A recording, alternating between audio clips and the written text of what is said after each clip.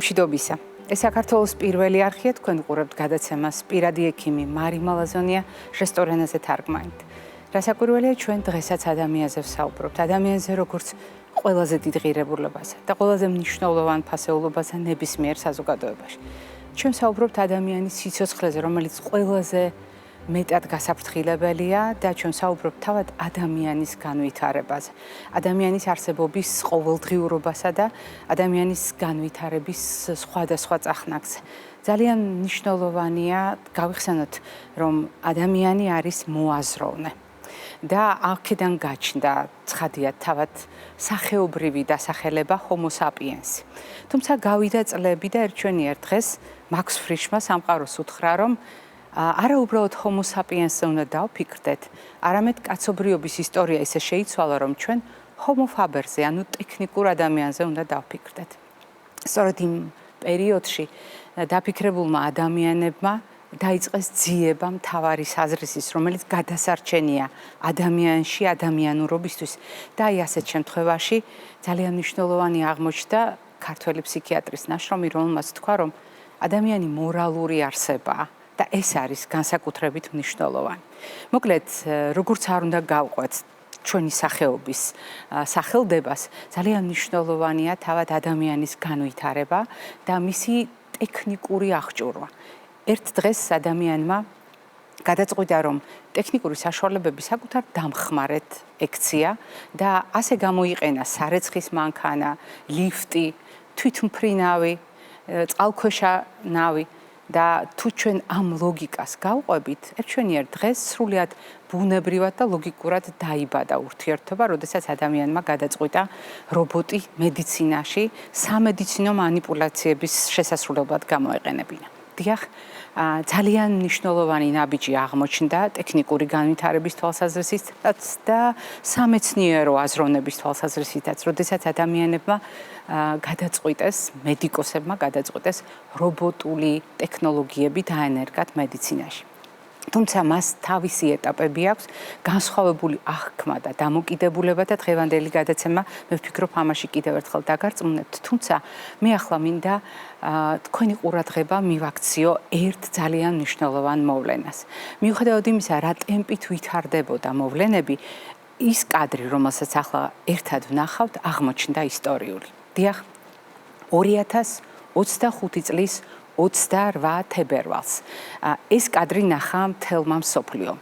კადრი, რომელიც ადასტურებს, რომ 5000 კილომეტრით დაშორებულ წერტილებს შორის შედგა ისეთი კომუნიკაცია, რომელმაც ადამიანებს მისცა საშუალება მანამდე შეუძლებელი ოპერაცია ჩატარებულიყო. დიახ, სწორედ ამ დღეს ხელოვნური ინტელექტით მართული არაინვაზიური ტექნოლოგიით დისტანციურად შესრულდა ისტორიული ოპერაცია, რომელიც მანამდე თითქმის წარმოუდგენლად განიხილებოდა, თუნდაც იმიტომ, რომ თავისა და კისრის მიდამოს ონკოლოგიური პრობლემები ერთ-ერთ ყველაზე სარისკოჩარევად აღიქმებოდა ყოველთვის.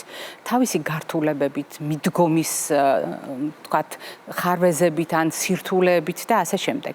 თუმცა ამ ოპერაციამ აჩვენა, რომ არათუ თავისა და კისრის მიდამოს ონკოლოგიას შეიძლება შეეჭიდოს ადამიანი მეტისი თამამით. არა მარტო ის, რომ რობოტული ტექნოლოგია გამოიყენოს, არამედ გამოიყენოს ხელოვნური ინტელექტით მართული, დისტანციური, არაინვაზიური მიდგომა, რომელიც ადამიანის სიცოცხლისთვის გადარჩენის ერთადერთი გადაწყვეტილება აღმოჩნდება. ეს იყო უზარმაზარი გამარჯვება და დღეს აი ამ პროექტში არის საერთაშორისო კოლაბორაცია, ანუ თანამშრომლობა, რომელშიც ჩინელი ექიმები თანამშრომლობენ გერმანელებთან, ამერიკელებთან, იაპონელებთან და ინდოელ ექიმებთან ერთად.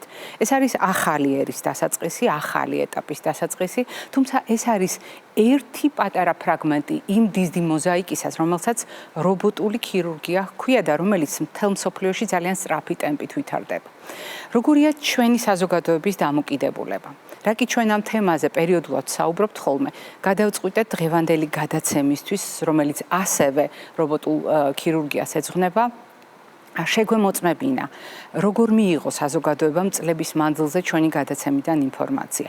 რამდენად მზად ვართ იმისთვის, რომ გავაკეთოთ ჩვენი არჩევანი, თუნდაც ჩვენი ინფორმირებულობის საფუძველზე. არადა ინფორმირებულობა მოგეხსენება ძალიან მნიშვნელოვანია და ამიტომ მოდით შევხედოთ, რას ამბობს ჩვენი საზოგადოება იმ დიაგრამის მიხედვით, რომელიც ადასტურებს, რომ ჩვენმა გამოკითხვამ ჩემი ვარაუდით რეალური სურათი აჩვენა, როგორ ფიქრობს ჩვენი საზოგადოება. ერთი მარტივი კითხვა დაუსვით, როდესაც ამ გადაცემისთვის მემზადებოდით. მარტივი კითხვა დაუსვით ჩვენი სოციალური ქსელის მომხმარებლებს და კითხვა ჟღერდა ასე: არჩევანის წინაშე რომ აღმოჩნდეთ, ტრადიციულ ქირურგიას აირჩევთ თუ რობოტულ ქირურგიას მეანჯებთ უპირატესობად. და რა თქმა უნდა, დიაგრამა არის იმ სურათის ამსახველი, რომელიც გამოკითხვამ აჩვენა. დიახ, გამოკითხულთა 58%-მა ბრძანა, რომ ტრადიციულ ქირურგიას მიანიჭებს უპირატესობას. 23% თვლის, რომ დიახ, რობოტულ ქირურგია შეიძლება აღმოჩნდეს ის არჩევანი, რომელსაც მიანიჭებს უპირატესობას და 18%-მა კითხვას უპასუხა არ ვიცით. როგორია რეალური სურათი, როგორია რობოტული ქირურგიის კონკრეტულ სფეროში განვითარების შედეგები, რომელსაც პერიოდულად გადავხედავთ ხოლმე ჩვენ. აი ამაზე ვისაუბრეთ ჩვენი გადაცემის დღევანდელ სტუმართან ერთად სულ რამდენიმე წამში.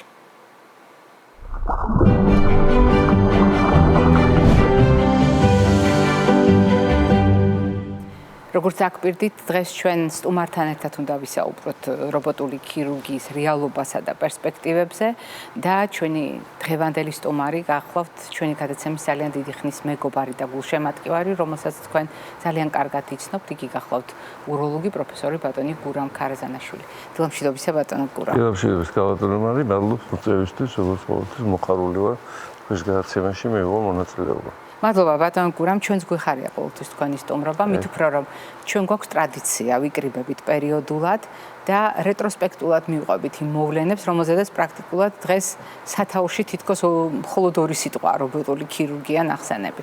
არადა ძალიან მნიშვნელოვანია გავიხსენოთ საიდან დაიწყო ეს ისტორია და განსაკუთრებით რამდენად მნიშვნელოვანია ის გამოცდილება, რომელიც უკვე აქვს მედიცინას რობოტულ ქირურგიასთან დაკავშირებით და მე ვისარგებლებ შემთხვევით და მაყურებელს გავახსენებ თქვენს ფრაზას.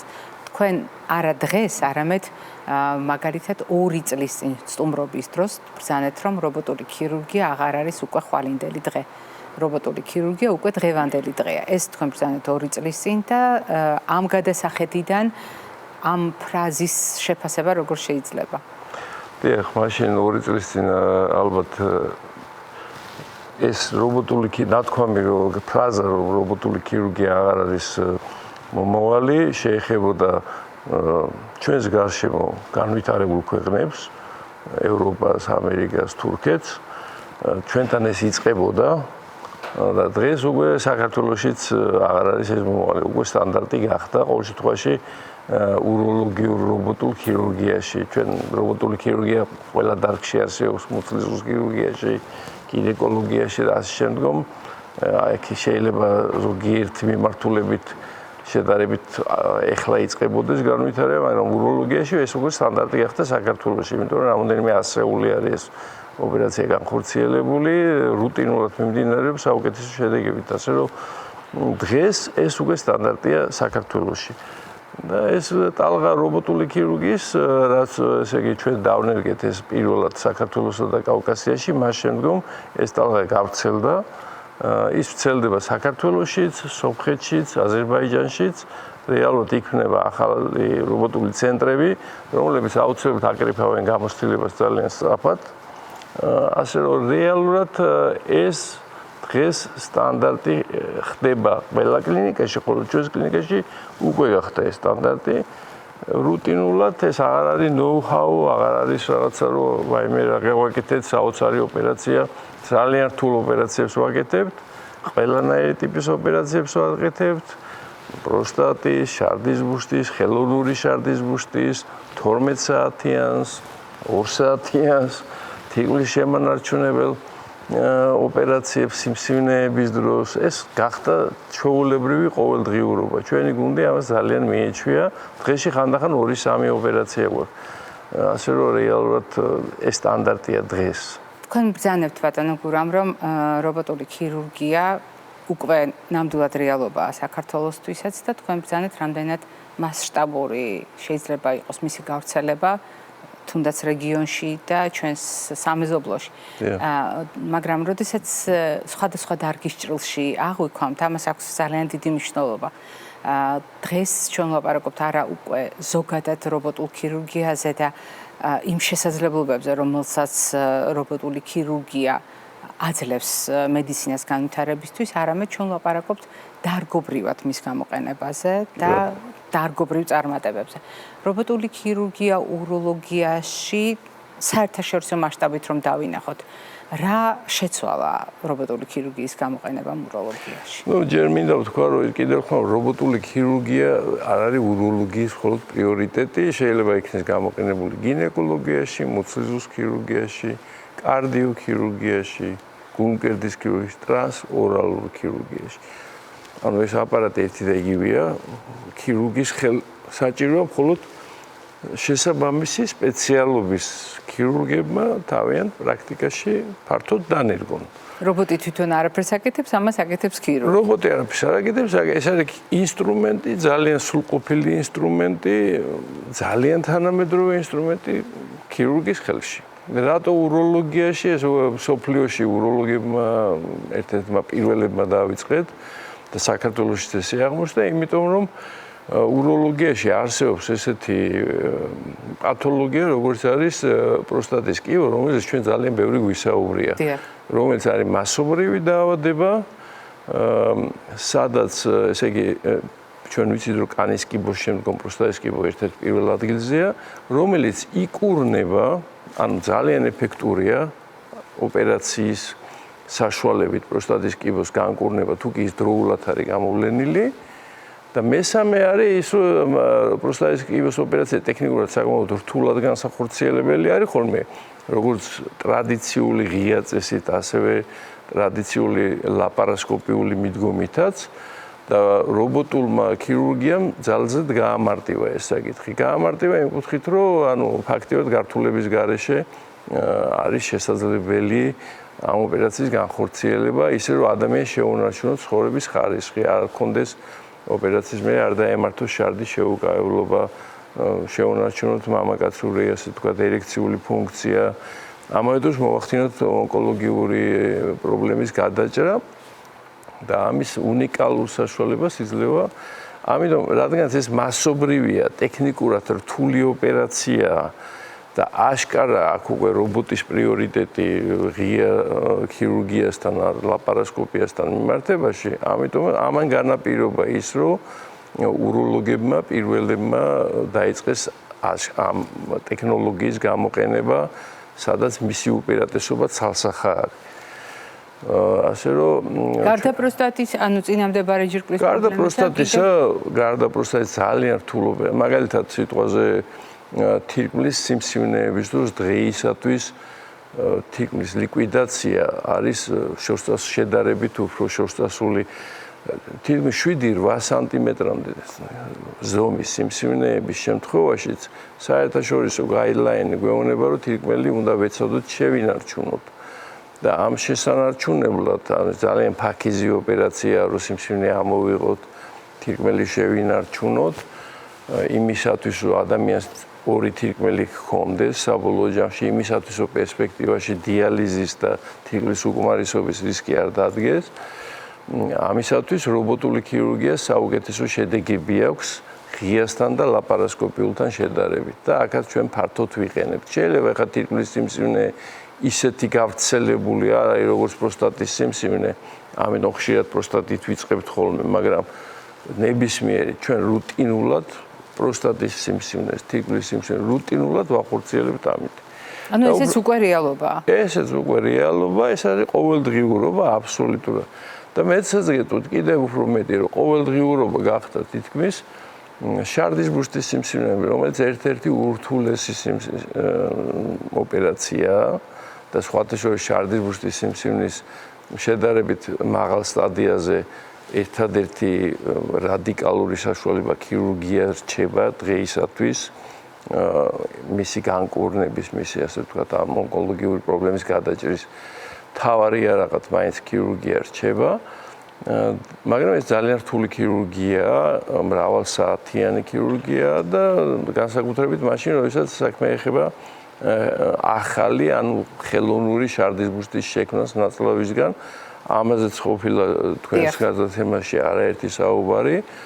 ეს ერთ-ერთი ყველაზე რთული ქირურგია პაციენტისთვის გადასატანად, მათ შორის ქირურგისთვის განსახორციელებლად და ჩვენ ესეც კი უკვე რობოტზე გადავიყვანეთ, რამაც საოცარი ფანტასტიკური პრიორიტეტები მოგვცა იმ კუთხით, რომ პაციენტის გართულებების, გამოჯანმრთელების სისწრაფის კუთხით, ტკივილის ნაკლებობის კუთხით, თრომბოემბოლიური გართულებების შემცირების კუთხით, ჭრილობის ინფექციების და ჭრილობის გართულებების კუთხით მნიშვნელოვნად, აი ძალიან დიდი განსხვავება.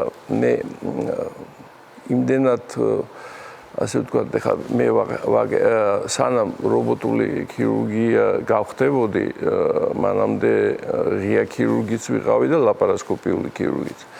ანუ ყველა ეტაპი მაგავლილი ქირურგიის, რაც კი არსებობს ზოგადად. დაწყებული ღია, ლაპარასკოპია, ენდოსკოპია, რობოტი, აბსოლუტურად ყველა მეთოდი. ჩემს ხელში ეს იმდენად საოცარ შედეგებს იძლევა და სოფლიო პრაქტიკა ადასტურებს, ანუ სოფლიო პრაქტიკის შესაბამისად, რომ მე ფაქტიურად სურვილიც კი აღარ მაქვს, რომ ღია და ლაპარასკოპიული ოპერაციები განვახორციელო ამ რობოტის ფონზე.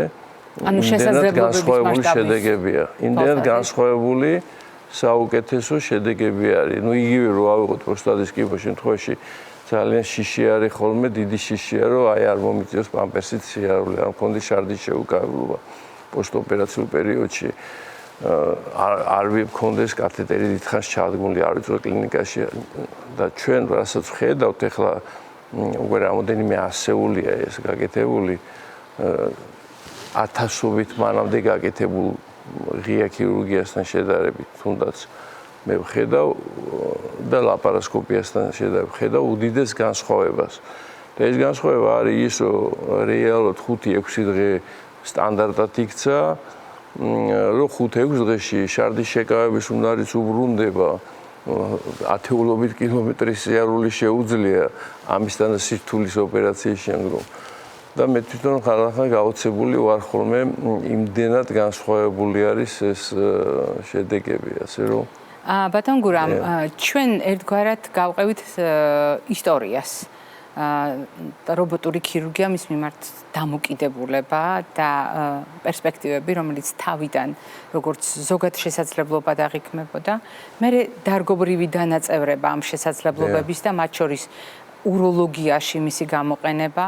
თქვენ ძალიან კარგად ახსენით, რატომ იყო უროლოგიაში, თქვათ, მისი გამოყენება ერთ კონკრეტულ პრობლემასთან განსაკუთრებით მჭიდროდ დაკავშირებული, თუმცა ეს არ ნიშნავს, რომ ამ დაავადებით და ამ პრობლემით შემოიფარგლა მისი გამოყენების მასშტაბი. კითხვა, რომელიც უნდა დაგისვათ, სრულიად ლოგიკურია, იმიტომ რომ ნებისმიერ მეთოდთან დაკავშირებით, ნებისმიერ სამკურნალო საშუალებასთან დაკავშირებითაც კი ეს კითხვა იბადება. მაგალითად, მედიკამენტების გამოყენების დროს ფართო საზოგადოებაც მიჩვეულია, რომ უნდა წაიკითხოს ინსტრუქცია და აღმოაჩინოს მითითება, რომელიც შეზღუდვებს, გაფრთხილებას უკავშირდება, ვისთვის შეიძლება, ვისთვის არ შეიძლება, რა შემთხვევაშია საჭირო სიფრთხილე. ნებისმიერი მეთოდი თუ რამ გამოუყენებია მედიცინას, აუცილებლად გულისხმობს უსაფრთხოების სტანდარტებს და გულისხმობს იმას, რომ ადამიანს მეტი სიკეთე მოუტანოს და არ მოუტანოს ზიანი. შესაბამისად, ყოველთვის არის ხოლმე გამოყოფილი რისკის ჯგუფი ან ადამიანები, სადაც შეზღუდვებია გათვალისწინებული. რობოტულ ქირურგიასთან დაკავშირებით დღეს მედიცინამ რა იცის, სად არის შეზღუდვები, სად არ არის გონივრული რობოტული ქირურგიის გამოყენება? რობოტულ ქირურგიას იგივე ჩვენებები აქვს, რაც სხვა ტიპის ქირურგიას და სადაც ჩვენებია ქირურგიული ჩარევა, უბრალოდ ინსტრუმენტი იცვლება რობოტით. არანაირი სპეციფიური შეზღუდვა. ერთ-ერთი ნუ შეიძლება იყოს, რომ მაგალითად ბევრჯერ თუ არა ოპერაციები მოცლის ღრუზე და მრავალი შეხურცება, შეიძლება პრობლემა იყოს, თუმცა ჩვენ ეგენის ბევრი გავუკეთებია, მაგრამ რეალურად ჩვენება რობოტული ქირურგიის არის ზუსტად იგივე, რაც იქნებოდა ტრადიციული ქირურგიის შემთხვევაში. და პირიქით, უფრო მეტია გაფართოებულია ჩვენება, იმიტომ რომ ამ შემთხვევაში სისხლი არ იკარგება. ფაქტიურად ახლა თითოეულ 100 მილილიტრი, მაქსიმუმ შეიძლება 200 მილილიტრი, რაც ეს არის 100-200 მილილიტრის სისხლის დანაკარგი არის იმის ნახევარი, რასაც დონორები გასცემენ ხოლმე მაგალითად სისხლს. ანუ ის რეალურად ადამიანის ორგანიზმში საერთოდ არანაირი გავლენას არ ახდენს. შესაბამისად, გართულები სისხლის გასმა არ გჭირდება, მასადა მე პაციენტებს, ვისაც ცოტა უფრო მაღალი რისკები აქვს ქირურგიული ჩარევის, რობოტის შემთხვევაში მათ უმცირდებათ ეს რისკები მნიშვნელოვნად. ასე რომ პირიქით შეზღუდვაზე კი არა, ელაპარაკი ჩვენებების გაფართოებაზე არა ჩვენ. მაგალითად იგივე შედარებით 4 წასული სიმსივნეების დროს ვერიდებოდით უფრო მაინც ქირურგიულ ჩარევას. ეს კითხვა მინდოდა დამესვა. შედარებით ვერიდებოდით. ეხლა ნაკლებად ვერიდებით, იმიტომ რომ იმდენად იოლად გადააქვთ ეს ოპერაციები, რომ მათთვის ცხოვრების ხარისხი არ იცვლება. საერთოდ ამ დროს სერიოზული სიმსივნისგან თავისუფლებია. ასე რომ რეალურად მე ვერ ვიტყოდი რომ ეს პირიქით მე ვფიქრობ რომ გააფართოვა რობოტულმა ქირურგიამ ქირურგიის ეფექტურობა და ჩვენებებიც. ეს კითხვა ცხადია არის ნებისმიერ შემთხვევაში საზოგადოებისთვის საინტერესო, იმიტომ რომ თუ ჩვენ ვლაპარაკობთ არჩევანზე, აუცილებლად უნდა გავითვალისწინოთ მაგალითად დიაგრამა, რომელიც გვაჩვენებს, როგორია საზოგადოების დამოკიდებულება. მე მინდა რომ ჩვენს ჯგუფს თხოვო, აი ეს დიაგრამა გვაჩვენოს. დიაგრამა, რომელიც ადასტურებს, რომ მარტივი კითხვის შემთხვევაში არჩევანის წინაშე რო იდგეთ, რომელ მეთოდს აირჩევთ. ტრადიციულ მიდგომას, რობოტულ ქირურგიას და არის შესაძლებლობა, რომ ადამიანმა ამ მომენტისათვის თქვას არ ვიცი. გამოკითხულთა 58%, როდესაც ტრადიციულ ქირურგიას ირჩევს, 23% რობოტულ ქირურგიას, დანარჩენი ამბობს, რა ვიცი. არ ვიცი, უფრო სწორად. რეალურად დასახავს განწყობას საზოგადოებაში. თქვენ როგორ ვარაუდობთ? შესაძლებელია საზოგადოებას, რომელსაც არანაირი ქირურგიული ჩარევა არ ჭირდება და საერთოდ ქირურგიაზე არც კი ფიქრობს და ცხოვრებაში არასოდეს დამდგარა ქირურგიის საკითხი.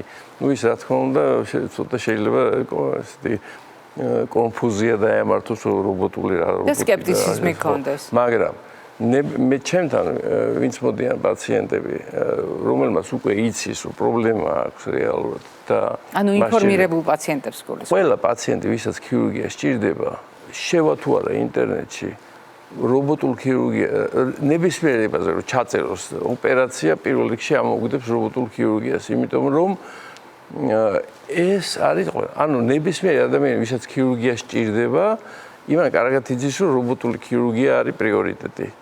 სხვათა შორის ძალიან საინტერესო იყო დასაწყისი ამერიკის შეერთებულ შტატებში 20 წლის წინ, როდესაც 26 წლის წინ, როდესაც დაიწყო რობოტული ქირურგიის გამოყენება. იქ იყო ასე თქვათ რაღაცა ესეთი ექიმების მხრიდანაც იყო სხვათა შორის, არა მხოლოდ პაციენტების. უნდობლობა იყო და ეს ხომ ლაპარასკოპიის მიმართაც ასე იყო ბატონ გურამ თავის. ეს ყველა ახალი მეთოდის მიმართ ესე არის ხოლმე, მაგრამ შემდგომში, როდესაც მასალა დაგროვდა ინტერნეტში, უამრავი პუბლიკაცია ამასთან დაკავშირებით და პაციენტები ჩვეულებრივად ახლა ყველა ინფორმაცია ინტერნეტში ხელმისაწვდომია, მით უმეტეს ხელოვნური ინტელექტის დროს არც კი გჭირდება ძებნა, შეგიძლია ჩაწერო რა არის რობოტული ქირურგია და თავარია ამ დროს ჰალუცინაციები არ დაემართო ჩვენს ხელოვნურ ინტელექტს. ანუ რეალურად ეს ამერიკაში, როდესაც პაციენტებმა ინტერნეტში დაიწყეს და ხედავდნენ, რომ მთელი მოძიებული მასალის 70% იყო რობოტული ქირურგია და რაღაცა 20-30% იყო სხვა ტიპის ისინი, თვითონ წამოვიდა მოთხოვნა იქიდან. ჩვენთან ახლა დღეს უკვე ეს საკითხი აღარც დგება. აღარ დგება, იმიტომ რომ ნებისმიერმა ადამიანმა ვინცაც სჭირდება ოპერაცია, განსაკუთრებით ახლა ჩემ დარგში პროსტატის ოპერაცია თუ თირკმლის თუ შარდის აი რო შევა ინტერნეტში იმ წუთში უკვე იცის რა უნდა გააკეთოს. გარდა ამისა მე გეტყვით რომ ახლა ჩვენი ასე ვთქვათ მეზობელი ქვეყნებიდან აგრესიული საკმაოდ ის მომდინარეობს რეკლამირება ამ დარგის, ასე რომ ინფორმირებულები არიან, მას ვისაც სჭირდება ოპერაცია. ბატონ გურამ, კითხვა, რომელიც ახლა უნდა დაგისვათ, ცდება უროლოგიას, თუმცა გარკვეულწილად ითვალისწინებს იმ გამოცდილებას, რომელიც უკვე დაგროვილი გაქვთ. ჩვენს ორგანიზმში არ არსებობს იზოლირებული პრობლემები. ყველა სისტემა ერთმანეთთან დაკავშირებულია და საბოლოო ჯამში ამ სისტემების ჰარმონიული ურთიერთობა განსაზღვრავს ადამიანის ჯანმრთელობას. რამდენად შეცვლის სხვადასხვა დარგში რობოტული ქირურგია თავად უროლოგიაში რობოტული ქირურგიის შედეგებს და პირიქით არის თუ არა რობოტული ქირურგიის თქვათ მრავალდარგობრივი განვითარება ერთმანეთისათვის ხელშემწყობი და უკეთესი შედეგისთვის თქვათ ორიენტირებული გადაწყვეტილებები. რა თქმა უნდა, ეხლა ქირურგები ყოველთვის ერთმანეთისგან სწავლობთ გამოცდილებების ხდება რელოკაცია. მე მაგალითად ერთ მხრივ ძალიან კარგია რაღაც სუპერ სპეციალიზაცია, მაგრამ მეორე სხვადასხვა სპეციალობების. აი ჩვენ მაგალითად ეხლა ზაფხულში ტარდება სიტყვაზე რობოტული ქირურგიის ასოციაციის კონგრესი, სადაც სხვადასხვა დარგის მიმართულების სპეციალისტები იქნებიან უცხოეთიდან მათ შორის. გაუზიარებთ გამოცდილება, შეიძლება რაღაცა ნიუანსი სხვა სპეციალობიდან გადმოიტანო აქეთ და ვირიქ ასე გამოცდილების გაცვლა ყოველთვის კარგია. რობოტული რაც უფრო მეტად იქნება სხვადასხვა სპეციალობაში, ასე ვთქვათ, გამოყენებული ეს რობოტული ქირურგია, მით უფრო უკეთესი იქნება ყველა. ეს როგორც სტანდარტულად ესე არის. სხვადასხვა მინდა გითხრათ, რომ რობოტული ქირურგია გამოიყენება კარდიოქირურგიაშიც, მათ შორის, გამოიყენება გულმკერდის ქირურგიაში. ტრანსორალურში გულისხმობ პირის გულს გავლით, მაგალითად ფარისებურ ჯირკვალზე დაუშვათ ან რაღაც ონკოლოგი. და რა თქმა უნდა, მუცლის ნაწლავებზე, გინეკოლოგიაში, ასე რომ ეს ინსტრუმენტია. ეს რობოტი არ აკეთებს ოპერაციას თვითონ, ეს არის ინსტრუმენტი ქირურგის ხელში, რომელსაც უნდა იცოდეს ოპერაციის კეთება. ეს თავარი მოთხოვნა ეგ არის. თავარია გავითვალისწინოთ, რომ სხვადასხვა პროფილის ქირურგის ხელში შეიძლება აღმოჩნდეს. პროფილის ქირურგის ხელში. რაც ამ დარგის სხვადასხვა თქვათ მიმართულების, სხვადასხვა დარგის, უბრალოდ რობოტული ქირურგიის გამოყენებით, სხვადასხვა მიმართულებით განვითარების ახალ შესაძლებლობებს მისცემს. ბატონ გურამ, ძალიან დიდი მადლობა დღესდღეობით სტუმრობისთვის.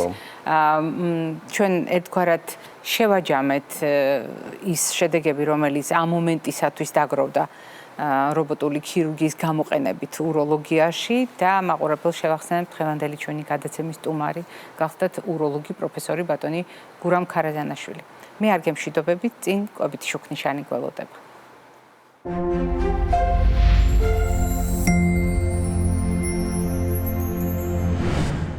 ძალიან ხშირად საუბრობენ ხოლმე იმის შესახებ, რა მნიშვნელობა აქვს წინამდებარე ჯირკვალს, ანუ პროსტატას მამაკაცის ჯანმრთელობისთვის.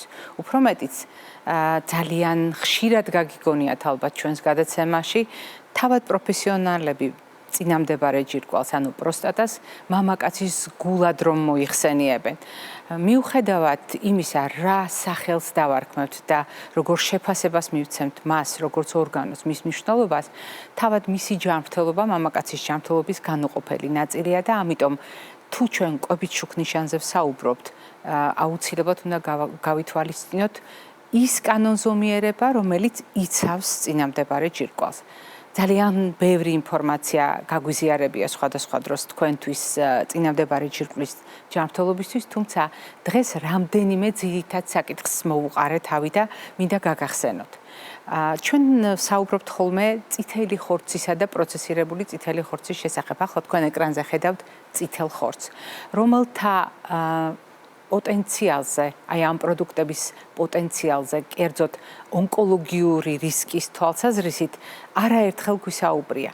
და როდესაც საუბარია ონკოლოგიურ რისკზე, პირველ რიგში მსხვილი ნაწლავის კიბოს უკავშირდება ხოლმე ეს ყველაფერი, თითქოს ერთი შეხედვით ცნობილი ბრალდებულის წარმოჩენა, მაგრამ რეალურად წითელი ხორცისა და პროცესირებული წითელი ხორცის შესახებ საუბრის დროს არ უნდა დაგვავიწყდეს წინამდებარე ჯირკვალი. დიახ, პროსტატის ჯანმრთელობა და განსაკუთრებით მისი ონკოლოგია დაკავშირებულია და ასეთ შემთხვევაშიც ბრალდებულად განიხილება ერთ-ერთ ბრალდებულად პროცესირებული წითელი ხორცი ცალსახად, ხოლო წითელი ხორცი როგორც პოტენციალის მქონე პროდუქტი. მე ვფიქრობ, ეს მაინც და მაინც სასიამოვნო და საყვარელი ინფორმაცია არ აღმოჩნდება ჩვენი მაყურებელი მამაკაცებისთვის, მაგრამ ის რომ ეს უნდა გავითვალისწინოთ, მნიშვნელოვანია განსაკუთრებით, როდესაც შეგვიძლია ამ პროდუქტების კონტროლი რაოდენობრივად და გარდა ამისა არა აკრძალვა, არამედ ამ პროდუქტების სწორი შეხამება სხვა პროდუქტებთან, რომელსაც შეუძლია სიკეთე მოუტანოს მამაკაცის ჯანმრთელობას. აი მაგალითად, როგორი შეიძლება იყოს ბოსტნეულის არჩევანი.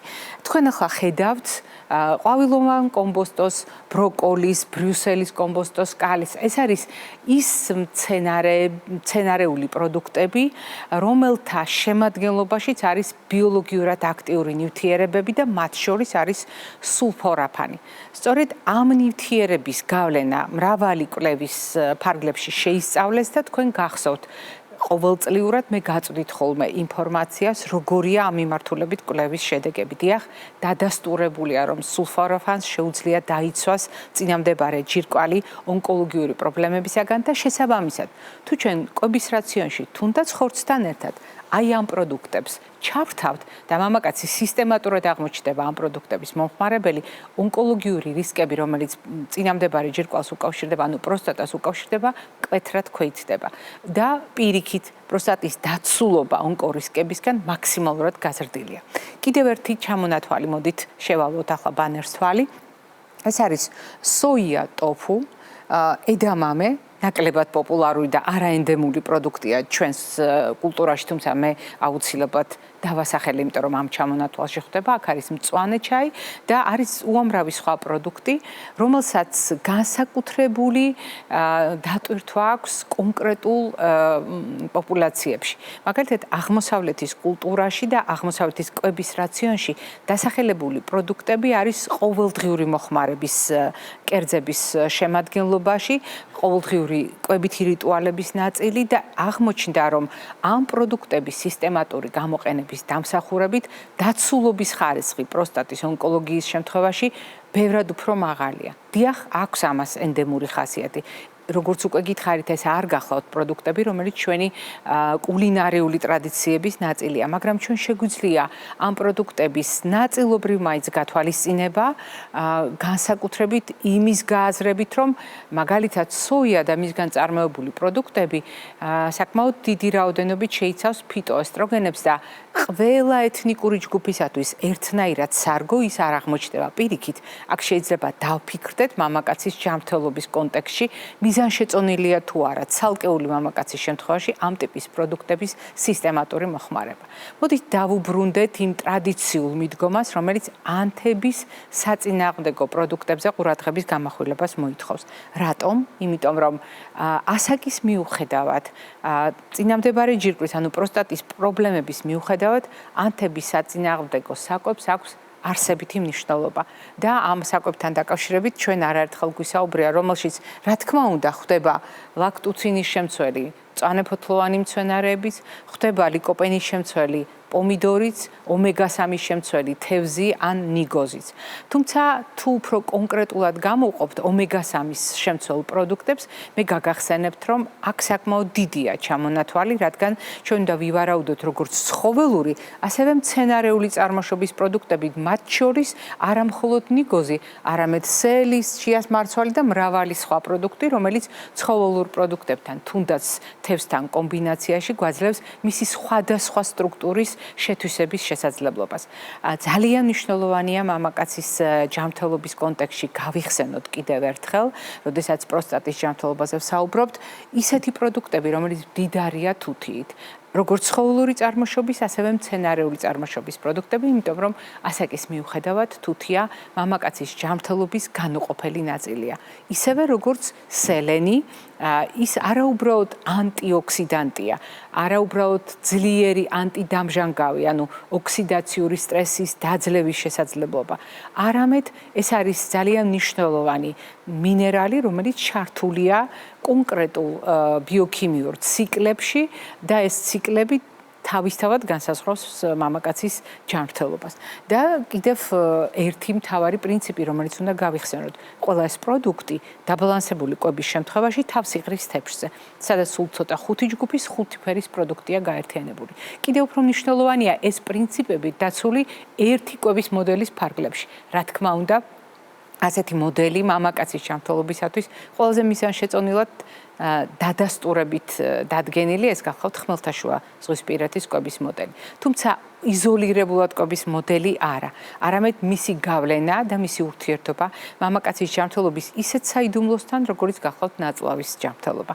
და აი სწორედ ნაწლავის ჯანმრთელობის კონტექსტში განსაკუთრებით მნიშვნელოვანია გააზრება იმისა, რომ არსებობს დიახ ნაწლავ ტვინის ღერძი, არსებობს ნაწლავ ღვიძლის ღერძი, ნაწლავ გულის ღერძი და ასე შემდეგ.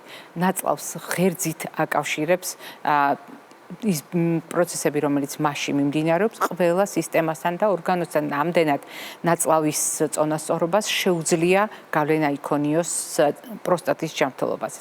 და თავარი წონასწორობა, რომელიც არის ჩვენს გადაცემაში ხშირად სასწორი სახით წარმოდგენილი. რა თქმა უნდა, აქ შეგვიძლია კიდევ ერთხელ გავიაზროთ მიღებული პროდუქტების შემადგენლობაში წონასწორობა, რაც დაბალანსებული კვების პრინციპით უნდა წარმოვიდგინოთ. რასაკვირველია, შეგვიძლია აქ ფსიქოემოციური წონასწორობაც განვიხილოთ და მაგალითად წონასწორობა ცხოვრების წესის ფაქტორებს შორის, სადაც მნიშვნელოვანია ფიზიკური აქტივობის, ზილის, სტრესის მართვის, მავნეჩვევების, სქესობრივი ცხოვრების კულტურის შეხამება, რადგან თითოეულ მათგანს შეუძლია შეცვალოს მამაკაცის ჯანმრთელობა.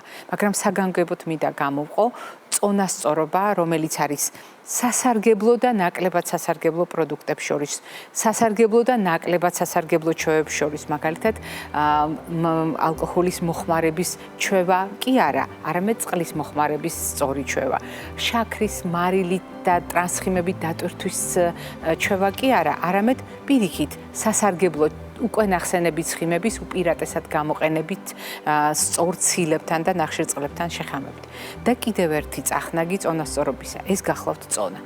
რაოდენ უცნაურიც არ უნდა მოგეჩვენოთ, დღეს უკვე დადგენილია გარკვეული ასოციაცია წინამდებარე ჯირკვლის ჯანმრთელობასა და წონას შორის.